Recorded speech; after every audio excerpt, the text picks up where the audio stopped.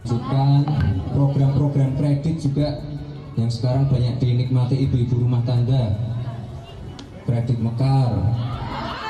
Tuh. Dilanjutkan semua. Ya. Jangan Mekar. Jangan. Nggak mau. Malu di atas panggung, janji Gibran beri kredit UMKM ditolak mentah-mentah emak-emak, ternyata banyak ruwetnya. Diteliti lagi, jangan asal punya ide lalu diterus atau dimasukkan dalam program. Pastikan belum ada program yang sama dengan yang diusulkan tuh baru fresh. Daripada bikin isen, bikin malu. Kan yang malu panjenengan sendiri, bukan staf yang punya ide. Nah, wong mburi kan ora ketok itu loh. Kalau toh pun sudah ada program yang sama, misalnya sama, mbok kreatif dikit. Dua program itu anggarannya dinaikkan 100% misalnya usulannya, kan lebih keren. Halo, selamat datang di channel Redaksi Jurnal bersama JJ. Setelah warga menolak tawaran kredit UMKM, Gibran berjanji bakal menyiapkan program-program lain yang menguntungkan ibu-ibu rumah tangga. Seperti diketahui, Cawapres nomor urut 2, Gibran Raka Buming Raka, mengenalkan program-program yang akan didorongnya jika nanti menang di Pilpres 2024. Salah satunya, program kredit Mekar dan kredit usaha rakyat. Namun ketika Wali Kota Solo ini menyampaikan program itu, warga yang kebanyakan ibu-ibu menjawab tidak mau. Hal itu disampaikan Gibran saat menyapa warga di Kelurahan Cempaka Putih Barat, Jakarta Pusat, Sabtu 9 Desember. Gibran mulanya bicara terkait program makan siang gratis serta Kartu Indonesia Sehat, juga Kartu Indonesia Pintar yang sudah ada saat ini. Gibran lalu menyampaikan program kredit seperti kredit Mekar dan kredit usaha rakyat atau KUR. Kemudian putra sulung Presiden Jokowi ini bertanya mau atau tidak bila sejumlah program kredit itu dilanjutkan, tapi sayangnya warga menjawab tidak mau. Melihat ada penolakan, Gibran lalu berjanji bakal menyiapkan program-program lain yang menguntungkan ibu-ibu rumah tangga. Hada, kini amat sih maksa jadi cawapres, mengumbar janji-janji palsu pada ibu-ibu. Sebenarnya, emak-emak itu bukan hanya menolak program Gibran loh, tapi juga menolak memilih Gibran. Karena yang bisa ia lakukan hanya mengumbar janji manis, seperti makan siang gratis dan susu gratis yang digembor-gemborkan oleh Prabowo Gibran. Padahal itu adalah program yang tidak mendidik dan sekaligus malah menghina rakyat. Program makan dan susu gratis seolah sebuah program yang sangat darurat. Ibarat ada bencana alam yang begitu dahsyat terjadi sehingga makan gratis pun sangat dibutuhkan. Sedangkan sebagian besar masyarakat justru bahkan sangat mudah mendapatkan makanan minimal nasi uduk. Bahkan di sekitar saya ada nasi kuning seharga Rp7.000 saja.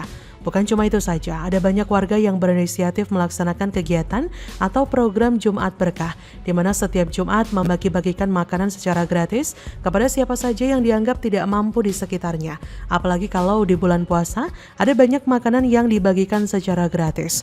Jadi kalau Prabowo Gibran benar-benar ikhlas ingin memberikan makanan dan susu gratis, mereka sudah melakukannya sejak dulu. Maka dengan demikian, program yang disodorkan Prabowo Gibran adalah sebuah pandangan bahwa masyarakat masih dianggap bego dan masih dianggap mudah dikibulin, yang berlanjut pada tahap penghinaan kepada rakyat. Jikapun misalnya sampai hari ini masih banyak warga yang miskin di Indonesia, maka itu bisa dilihat kronologisnya mulai dari zaman Orde Baru. Bukannya di masa Orde Baru penguasa punya banyak peluang untuk memajukan bangsa, kenapa hanya memperkaya diri dan keluarganya, sehingga tumbuh subur yang namanya KKN atau korupsi kolusi nepotisme, dan Prabowo adalah orang yang besar dan hidup nyaman di masa Orba. Bahkan Prabowo adalah bagian dari penguasa Orba. Maka tak heran jika rasa empati itu tidak tumbuh subur dalam dirinya, yang ada cuma ambisi untuk berkuasa. Pemimpin yang baik adalah yang mendidik, bukan yang justru malah membentuk pembodohan massal. Pemimpin yang baik bukan yang berdasarkan ambisi atau yang penting berkuasa. Prabowo Gibran tidak bisa memimpin dan tak mencerdaskan bangsa, justru malah membodoh-bodohi rakyat hanya demi bisa berkuasa. Sudahlah, program nomor urut 2 memang tidak ada yang efektif bagi masyarakat. Masyarakat nggak bego, masyarakat sudah bisa melihat mana program yang cuma berupa janji dan yang akan terrealisasi. Penolakan emak-emak di atas membuktikan jika program Gibran memang tidak berkualitas. Jangankan programnya, Gibran pun juga tidak berkualitas. Bagaimana menurut Anda? Ini alumninya sama, alumni DPR RI dan alumni gubernur tiga-tiganya. Kalaulah kemudian yang 3 di sini pilihannya ke sini, yang ini belum. Ngomongin malam ini. Alhamdulillah, selamat.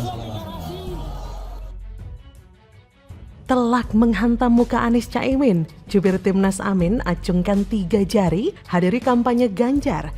Hati emang gak bisa dibohongi, semua akan Ganjar pada akhirnya.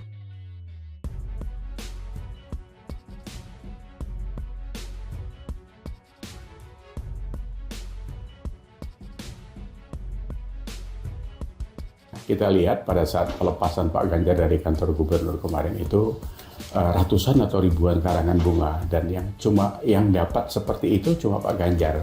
Jadi ini mengingatkan kita pada saat Ahok dulu dilepas dari balai kota, atau ada kes-kes tertentu yang orang selalu mengirim karangan bunga ribuan jumlahnya di Jakarta. Itu apa? Menunjukkan sebenarnya satu bentuk pemimpin yang disukai, dan itu sebuah refleksi dari kebenaran yang dia lakukan.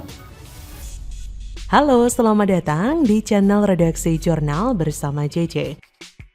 Juru bicara Timnas Anies Baswedan dan Muhaimin Iskandar atau Jubir Amin, Zulkifli Mansyah, meminta maaf kepada internal Timnas Amin atas perbuatannya. Sebelumnya, ternyata Zul menghadiri acara kampanye Capres nomor urut 3 Ganjar Pranowo di NTB. Padahal mantan gubernur NTB itu telah didapuk menjadi jubir Timnas Amin. Jubir Timnas Amin Billy David Nerotu Milena menyebutkan tidak ingin memperpanjang masalah tersebut. Billy menyampaikan kehadiran Zul dalam kampanye itu hanya untuk menghormati ajakan Ganjar. Sementara itu, Zul juga sempat tertangkap kamera berpose dengan 3 jari. Billy menilai hal itu sebagai aksi spontan dan menganggap Zul tetap berkomitmen kepada pasangan Capres nomor urut 1 Anies Muhaimin. Sebelumnya, Zul memang menghadiri kampanye Ganjar di Mataram NTB pada Sabtu 3 Desember 2023. Dalam acara itu, Zul sempat digoda oleh Ganjar untuk pendukungnya yang menilai tawaran Ganjar itu hanyalah candaan belaka. Zul menegaskan dirinya hanya diundang sebagai kawan lama di DPR dan ingin bersilaturahmi saat Ganjar sedang berada di Lombok. Masa sih? Kayaknya Zulkifli Mansyah ini sebenarnya ingin bergabung dengan Ganjar deh, karena memang kualitas Ganjar yang sangat baik untuk memimpin negara ini. Ia pengen bersama-sama dengan Ganjar, tapi ternyata ikatan dengan Anies sudah terlanjur terjalin. Karena Doikan adalah kader PKS, hati emang gak bisa dibohongi. Ketertarikan Zulkifli Mansyah untuk mendukung Ganjar sudah bisa terlihat. Perilaku dan sorot matanya bisa menyampaikan bahwa ia sangat tertarik merapat ke kubu Ganjar Mahfud. Dari ketiga sosok baca pres itu, jika ditimbang-timbang, hanyalah Ganjar yang lebih dapat dipercaya mampu dan mau mengemban beban berat yang akan ditinggalkan Jokowi. Sebut saja soal usia dan semangat melanjutkan, cuma Ganjar yang sesuai. Tapi yang juga paling urgent adalah soal bagaimana nanti kelanjutan program pemberantasan korupsi, perampasan atau pengembalian aset-aset negara. Ini juga sesuatu hal yang serius untuk dicermati. Sebab jika melihat rekam jejak dan riwayat hidup para baca pres, lagi-lagi cuma Ganjar yang dinilai paling kompeten dan berkepentingan untuk mengatasi permasalahan itu. Sebab dia tidak punya kaitan dengan masa lalu yang syarat kasus korupsi dan pelanggaran HAM. Ia tidak punya kaitan dengan pihak-pihak yang selama ini dianggap menguasai aset negara secara tidak sah. Ganjar tidak punya beban baik dalam negeri ataupun yang berhubungan dengan luar negeri. Yang juga penting adalah bahwa Ganjar dikenal sebagai sosok yang anti terhadap intoleransi. Ia berani tegas terhadap pihak-pihak yang berpaham intoleran. Intoleran adalah pintu masuk radikalisme dan pengacauan. Maka wajar kasus-kasus intoleran harus diperangi, sebab bisa menghancurkan Indonesia. Dan cuma Ganjarlah yang mampu dan punya hati yang kuat untuk itu. Sebab dua sosok lain sudah jelas-jelas pernah terkontaminasi dengan paham-paham radikalisme dan deket banget sama kadron. Biarpun Ganjar memiliki jiwa kepemimpinan yang santai, tapi bukan berarti beliau mudah lengah. Justru Ganjar menjadi figur seorang pemimpin yang berani bersikap secara eksplisit ketika menemui ketidakberesan dalam tubuh birokrasinya.